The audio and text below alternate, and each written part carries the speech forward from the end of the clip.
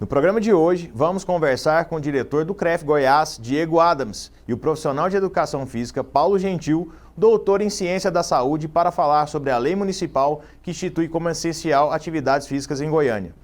Vamos falar com a para-atleta de tênis, Lucimária Nascimento, e o presidente da APAF, Thiago Melo, sobre a convocação da atleta para a seleção brasileira. E em 2018, quando ainda podíamos percorrer o Brasil para levar atendimentos e esperança a comunidades menos favorecidas, fomos até a comunidade de Campo Alegre, onde produzimos o documentário A Realidade Quilombola. Isso e muito mais a partir de agora no Esporte Saúde.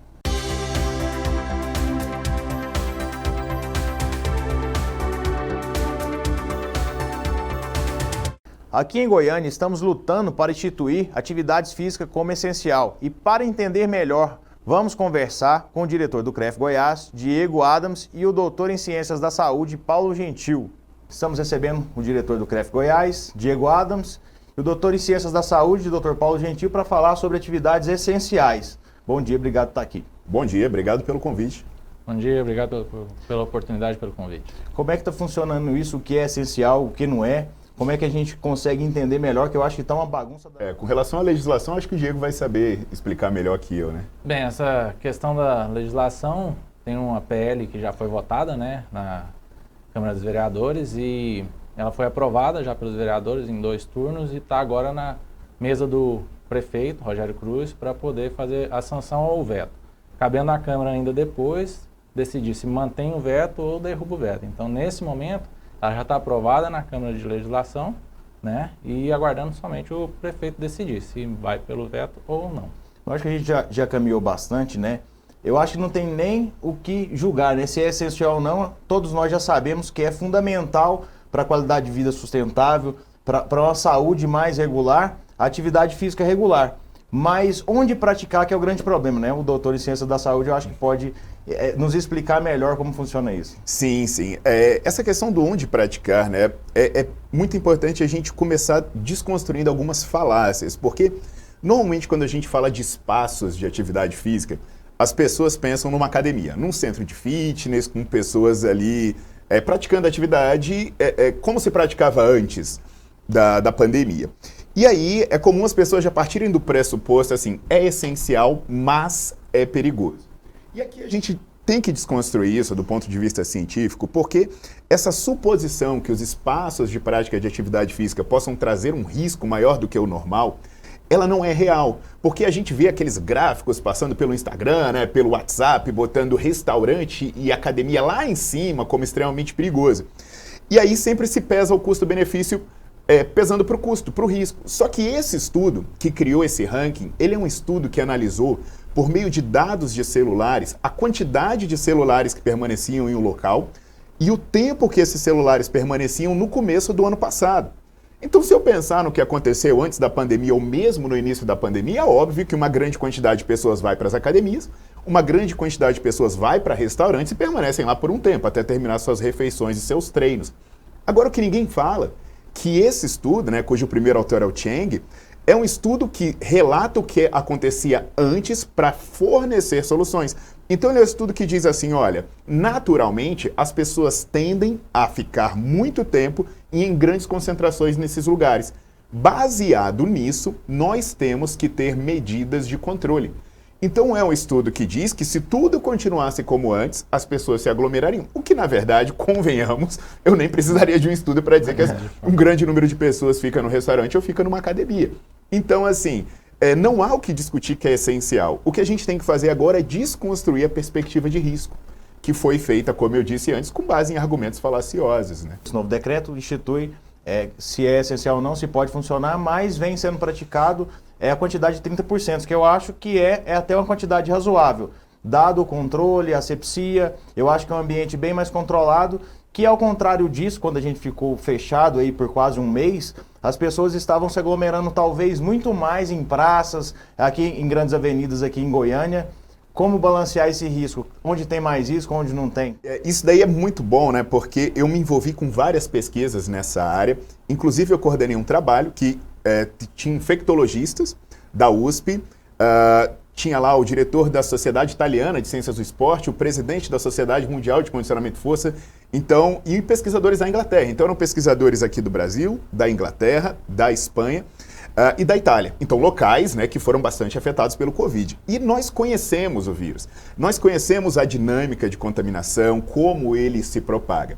Baseado nisso, a gente tem elementos muito previsíveis para controlar o risco. Por exemplo, o distanciamento. Eu nem diria que uma academia tem que ficar em 30% da ocupação. Eu só diria que uma pessoa tem que ter um espaço em volta dela ali de 12 metros quadrados a 15 metros quadrados e isso já bastaria para controlar a contaminação. E por que eu falo que isso bastaria? Porque tem um estudo coreano que é publicado num dos principais jornais de infectologia do mundo, que ele fez o seguinte: alguns professores de ginástica, de dança, eles foram para uma convenção e sem saber eles se contaminaram. Então eles regressaram para a Coreia, né, para suas academias, numa cidade coreana, e começaram a dar aula.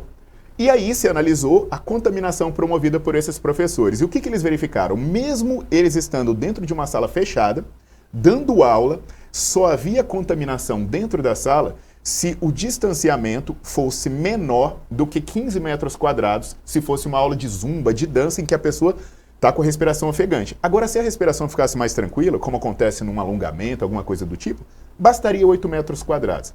Então, repara, se uma pessoa contaminada, ela não consegue transmitir esse vírus num espaço físico muito grande. O vírus, ele não vai ficar indefinidamente andando por aí até contaminar alguém. Então, se eu estou dentro de uma academia e eu tenho os espaços delimitados de permanência para as pessoas não se aproximarem, eu já controlo o risco. Se eu quiser controlar mais ainda, eu uso máscara. Se eu quiser controlar mais ainda, eu deixo que a ventilação aconteça renovando o ar, porque aí o risco cai. Se eu quiser controlar mais ainda, eu faço higienização de equipamento. O que, apesar de hoje o CDC questionar se esse contato por superfície sólida seria viável. Porque o vírus ele entra no corpo humano pelo que a gente chama de zona T. Faz um T aqui dos olhos, nariz e boca. Então, ou você vai expelir esse vírus para essa região, ou eu vou ter contato nas mãos e vou me contaminar. Então, assim, baseado nisso, a gente criou um protocolo, que é um protocolo extremamente conservador, e baseado nesse protocolo, uma análise feita na Universidade do Rei Juan Carlos, da Espanha, com Galahad, no Reino Unido, mostrou que a academia, na verdade, se eu pensar num critério de 0 a 8, onde 8 é a segurança máxima, ela alcança 7,4. Olha só. O mercado não alcança isso, o hospital não alcança isso, transporte público eu não preciso nem falar, né? Não chega nem perto disso. Então, assim, é muito fácil ter controle sobre isso. O grande problema que eu vejo é que a gente está em uma situação onde todos têm razão, né? A gente precisa fechar, precisa conter a contaminação, mas também precisa proporcionar um ambiente mais sustentável e mais sólido para que a saúde seja promovida. E aí, como proceder nisso? Então, eu acho que a gente está num grande embate de como fazer e como proceder, mas creio que não tem nem o que se discutir, que é essencial e que é fundamental para que a gente consiga manter essa saúde mais viável caso sejamos contaminados. Na minha opinião, eu acho que ninguém vai escapar, mas que talvez de uma forma mais branda. Olha, isso daí é perfeito, né? Por exemplo, existem análises mostrando que quando entra o outono e inverno em países de clima frio, naturalmente uma grande parte da população fragilizada vai sofrer com a gripe sazonal. Tem até um percentual dos idosos que é esperado morrer em cada verão, né, em cada inverno europeu. E aí uma pesquisa verificou se quando entrasse esse período de adoecimento, as pessoas tivessem níveis diferentes de capacidade física. Então, por exemplo, os idosos, que são mais frágeis, se eles entrarem num período desse de risco de adoecimento com a capacidade física alta, apenas 8% deles adoeciam. Olha só. Se eles entrassem com a capacidade física baixa e eles começassem a fazer exercício ali no outono e inverno, 25% adoecia. Mas se eles entrassem com a capacidade física baixa e permanecessem sedentário, metade deles adoeciam. Então eu estou falando de 6, 7 vezes mais adoecimento. Isso daí já é uma lógica que a gente tem conhecendo a gripe sazonal. A gente tem, por exemplo, uma lógica conhecendo que se você contaminar um rato com o vírus da herpes que causa inflamação no pulmão e deixar ele sedentário, a agressão disso no pulmão dele vai comprometer 50% do funcionamento pulmonar. Se você contaminar ele começar a fazer exercício, a agressão cai pela metade. Então, a gente nem precisaria de estudo específico do Covid para saber dessa lógica.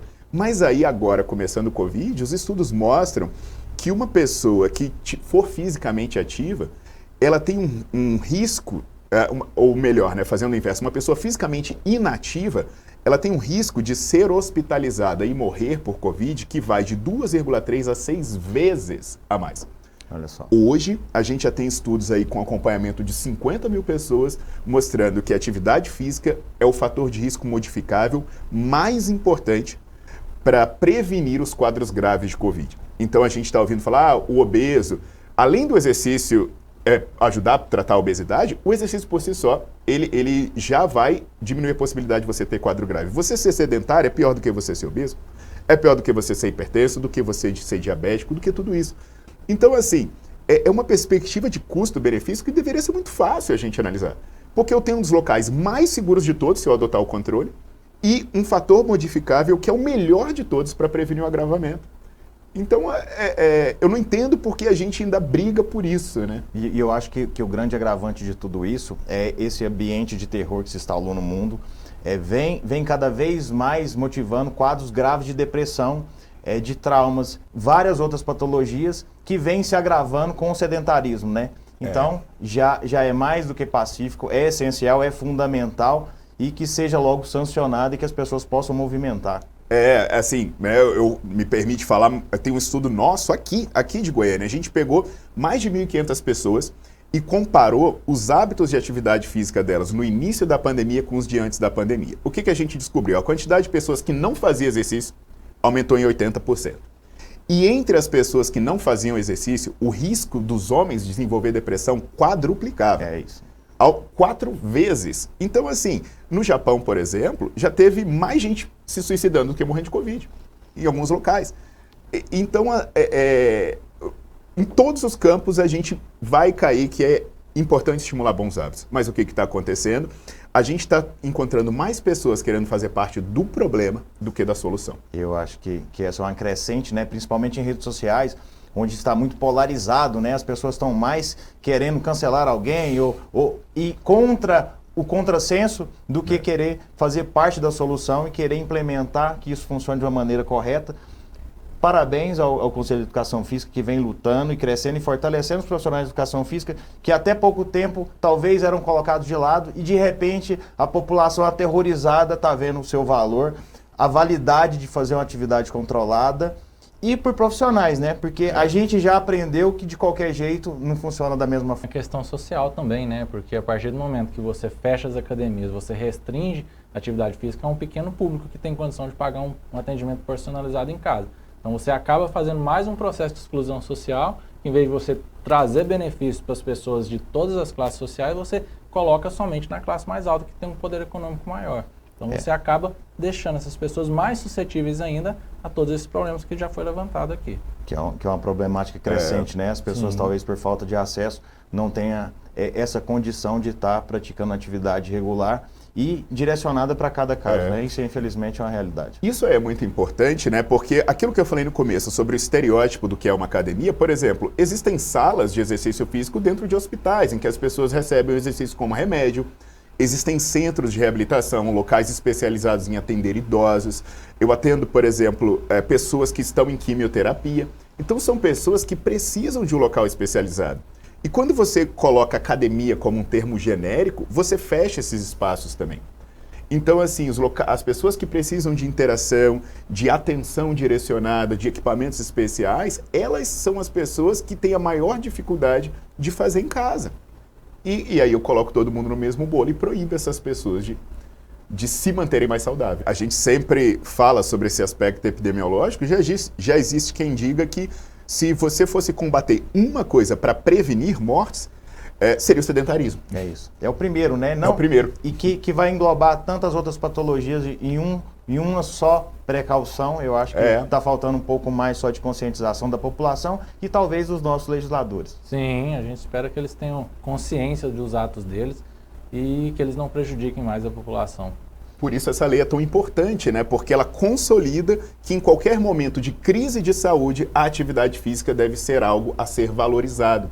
Então, isso é muito importante, a gente fomentar essa cultura e permitir que legalmente ela aconteça. Exato. É isso aí, fico muito feliz de vocês terem feito parte, né, desse movimento da promoção da saúde. O espaço está sempre aberto. Parabéns ao Conselho de Educação Física, parabéns ao Dr. Paulo Gentil na busca aí da promoção da saúde e o espaço é de vocês. Obrigado. Estamos à disposição sempre que precisar. Então é isso aí, não sai daí, daqui a pouquinho a gente está de volta. Você pode acompanhar o programa pelo YouTube e por nossas redes sociais, @PGM Esporte Saúde. Vamos para um rápido intervalo e a seguir vamos receber a para-atleta de tênis Lucimari Nascimento para conversar sobre sua convocação para a seleção brasileira. Não saia daí, voltamos já.